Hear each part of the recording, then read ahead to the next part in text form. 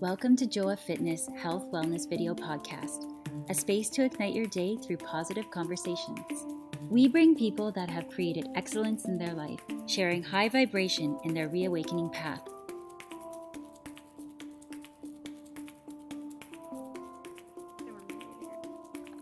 Okay. Hello. Happy Wednesday to everybody. Here we have the talk with Dr. Nav. Welcome to the podcast of Joa Rivas, and this is our second series of the postpartum and prenatal series for the woman and the mothers, the future mothers out there. So welcome. Good morning, Nav. How are you there? Good morning, Joe. I'm doing great. Thank you so much for having me on again. It's a pleasure. How have you been?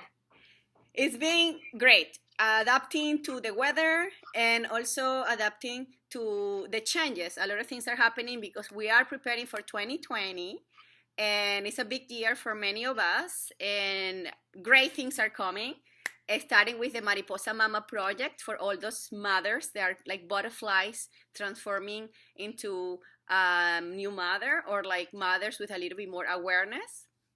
And then we also working together to create this platform for education.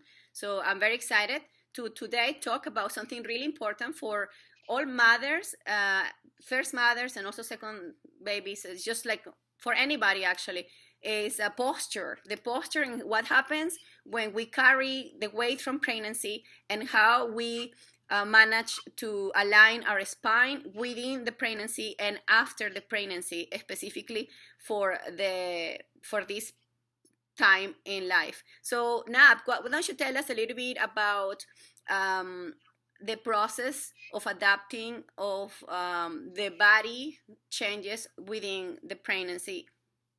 Totally. So there is a hormone called relaxin that is released during pregnancy, and that's to allow the woman's belly to grow, her pelvis to grow. But what comes with that as well is, and what can come with that is instability in the joints. And so women may be more prone to, ankle sprains, but it's very important to then strengthen the muscles around the joints to provide that stability. But the other thing that happens is, because the belly is growing, women go from, straight, and there's the baby here, then they end up, their center of gravity changes, and they end up going into a sway back posture.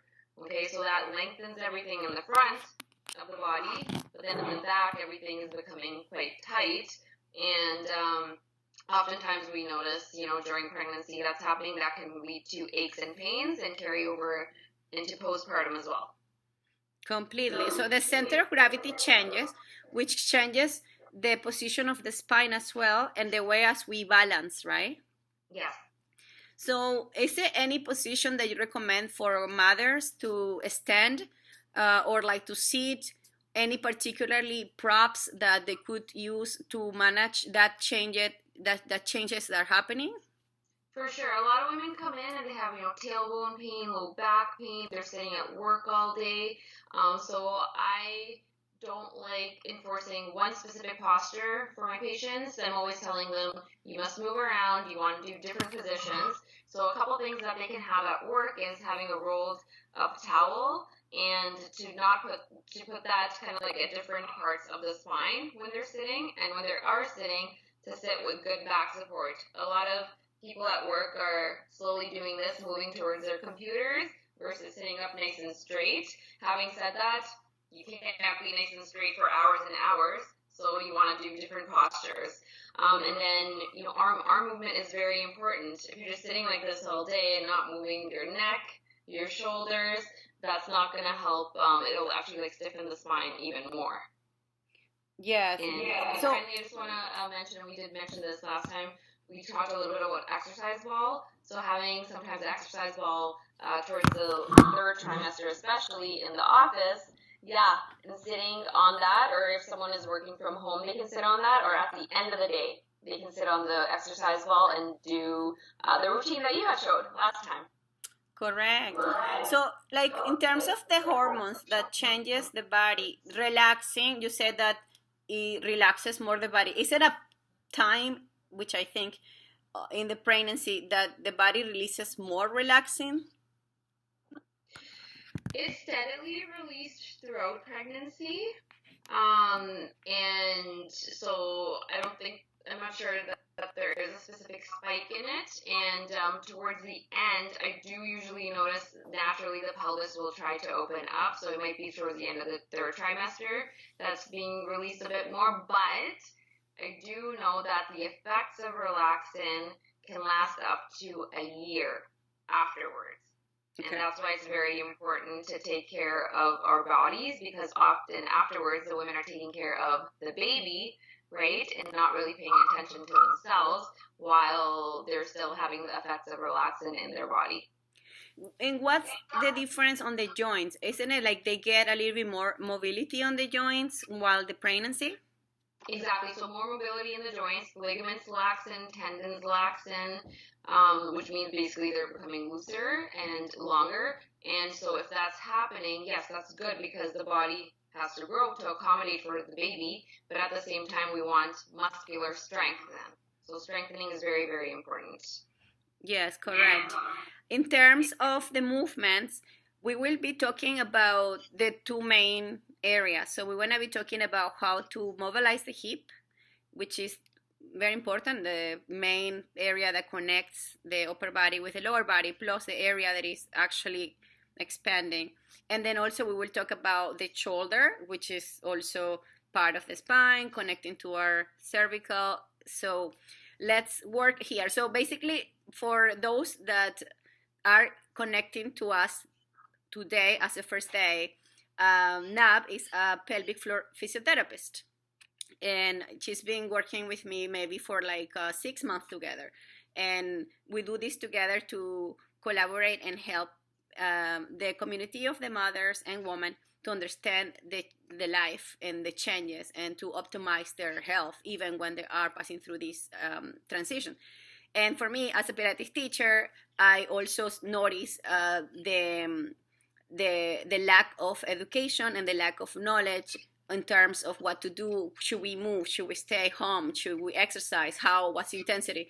So I feel all this is important to work together. And today we're just going to go through few exercises. Basically, as a Pilates teacher, we always have to take modifications. So I will go from like level 1 to level 3, depending of where you feel and where you are in your fitness condition. So we're gonna start with like the hip mobility, and I'm gonna be here. This is like a little studio that I'm now, and I show you some mobilities, basic mobilities. You can do it anywhere. You don't need any prop. I'm just gonna drop it like here, and I'll show you. So you will be on an all fours. For all fours, it's important to have the knees aligned to the hips and your hands aligned to the shoulders. You're making like a rectangle, and you will notice that you have a great support. Many times the person has the hands too forward or too much in the back. So make sure you have a nice alignment. You are always pushing the floor with your arms so they're fully extended. And now the most important here is to keep your shoulders back with a long neck. Eye gaze is down between your thumbs. In this position, you're engaging your core. And for mobility, we want to work simply on cat and cows. Everybody knows cats and cows. The only thing is that I see a lot is the overarching the spine like that. So you want to keep always that engaged between the rib cage and your pelvic floor, soaking all those muscles like a vacuum, right? So you just suck, keep it, and just breathe. It's very important. So you want to breathe in, and then as you come in, your tailbone comes in and your chin comes into your chest, and you hold it there and come back into a neutral spine. Try to avoid overarching, just neutral. Your back is straight like a table. You're just going to put a cup on the table and it doesn't drop. It's just right there flat. And you can do maybe 8 of these, simply like that. Very important to inhale and exhale. That's a simple movement. I have been using this one to warm up when I had scoliosis, and every day I do it. It's actually part of a meditation program that I follow, so that's one of the movements.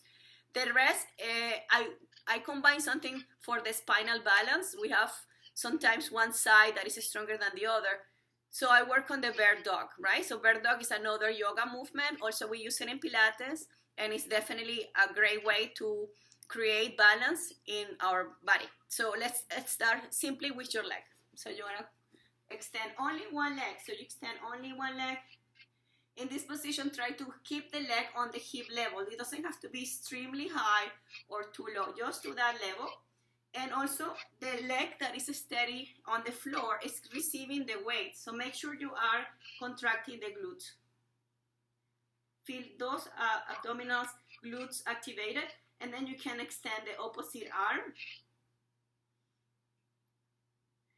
And that movement, it really works on stability in the center of the body. You can do 8 on each side. So that's called bird dog. I'm gonna do 2 on each side, and I will show you a different way to do it after.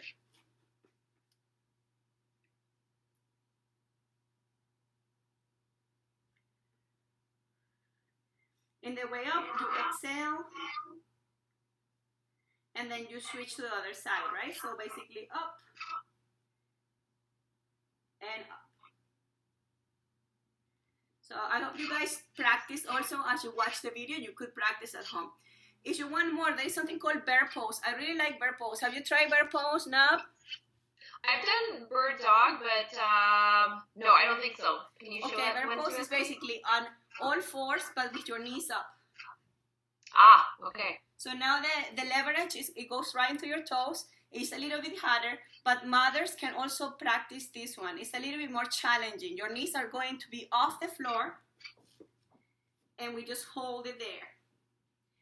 When you feel this is really comfortable, then you can extend one leg. And then you can do the other leg. You can do also the leg and the arm.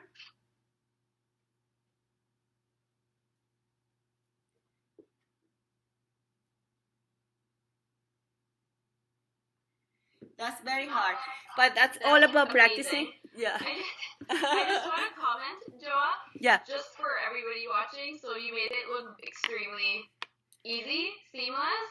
So just for people trying at home, to really pay attention to the breathing. Yeah. Because you were breathing throughout the whole time, which is awesome. Yeah.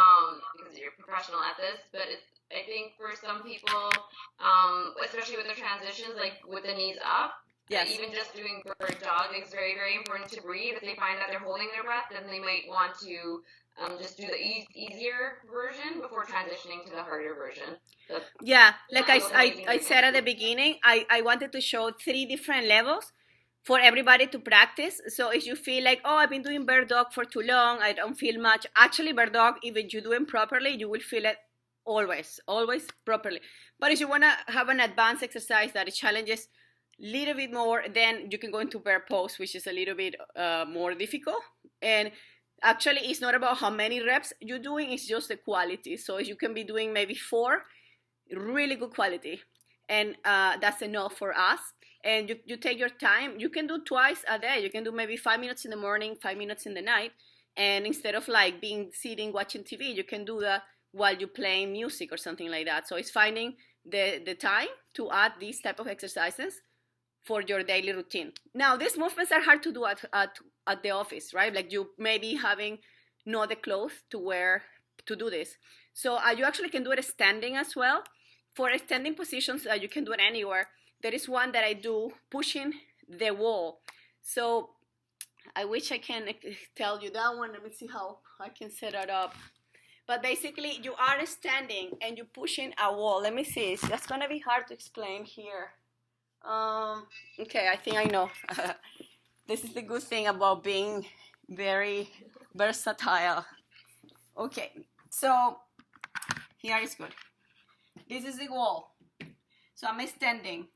So what we're going to be doing is we're going to have the hands on the shoulder width apart, spread your fingers away from each other, look to the front, and you want to take a look here. What's happening with my shoulders?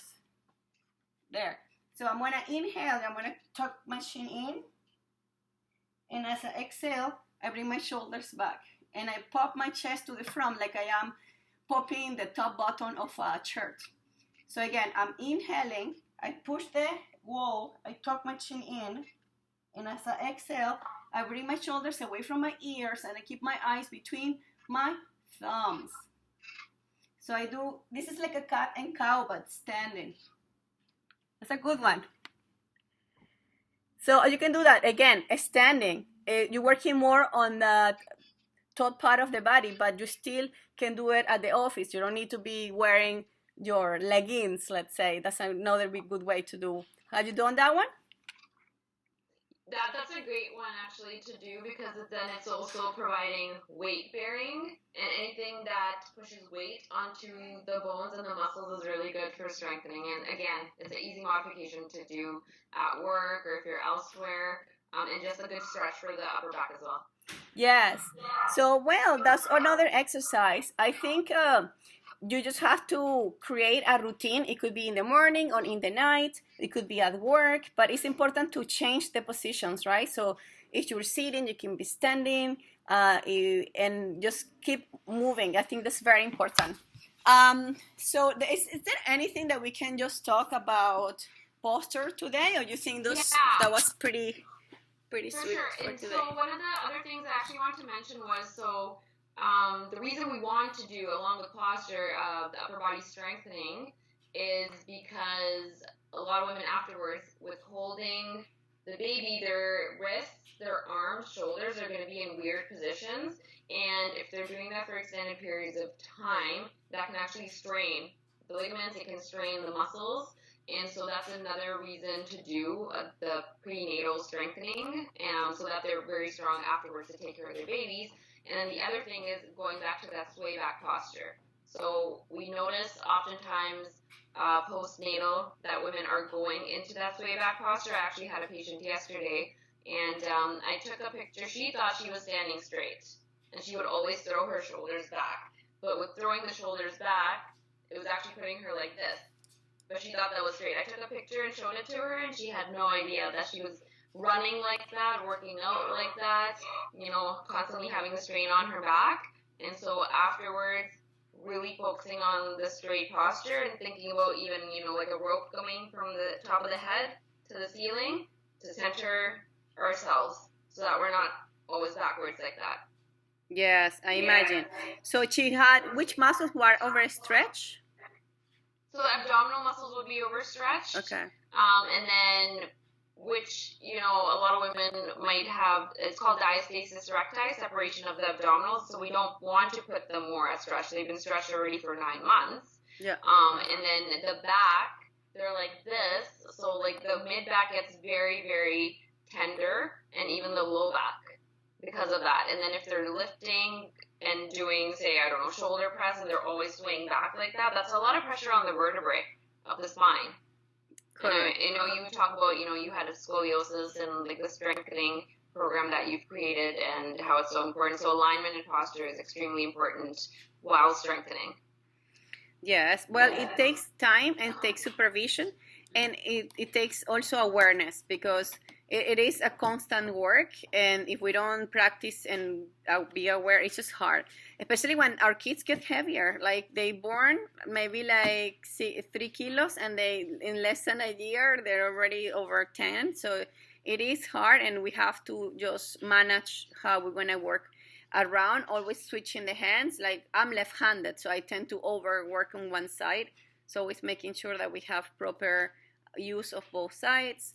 And there is a lot that we can talk about posture, but we wanted just to give you a little nuggets here and there of what you could do at home, and certain cases of people, like how do they actually make their back dysfunction. And in the future we can talk about diastasis recti and what's happening and how we can treat it and how we can actually prevent it. So, but thank you so much, Nav. This conversation is being very full of positive and great tips for everybody. And I'm always so grateful to have you. And I'm going to tell everybody to contact you on pelvicare.ca. You are in Toronto, in the city of Toronto, and one of the main physiotherapists in Toronto Yoga Mamas. But we also can find you on their website for any consultation. We can just find you. Many of my clients go to you, and I know they're all happy, and I'm happy that we were both working together. Is there anything you want to tell us to just say goodbye? No, I think that was great. Thank you so much again for supporting women through pregnancy, postpartum, and everything that you do, because I think this information is invaluable for women to have. And I think that you're such an advocate for empowering and having strong women, which is amazing. Yes. For those people that are sitting, we're going to finish up with a stretch for the thoracic area. So we're going to be seated tall. We want to have, you can do this with me. You can have your arms open wide. So you want to inhale to the front. And as you exhale, reach all the way back as far as you can, as you're hugging back, and then bring your fingers interlaced behind your neck. Behind your neck, take a deep breath through your stomach. Bring that air up, all the way up. And as you exhale, reach back. Keep your elbows away from the center. And exhale. And we want to do one more, but this time we want to tuck the chin into the center. And you want to look down, very gentle. Take a deep breath from the nose. And as you exhale, bring your elbows back. Exhale and open like you're starting a new day with new possibilities. Keep your shoulders back. Feel the stretch. And release. Yay. Nice. Yes, that's ready for my day now. Oh, that's such a good thing. It opens your heart chakra. It also stretches all your thoracic area, your pecs that get so tight, and even your shoulders improve that mobility. So you can do these type of things, and just invite your neighbor at work to do it with you, and we all get nice stretches. So thank you so much, Nav, for being here, for being present, for offering your knowledge, and I will see you next Wednesday again. So remember, girls, that together we are stronger. Thank you. We invite you to subscribe to this channel and share with your community. Please leave comments below, and if you like the episode, click the like button. Have a beautiful day.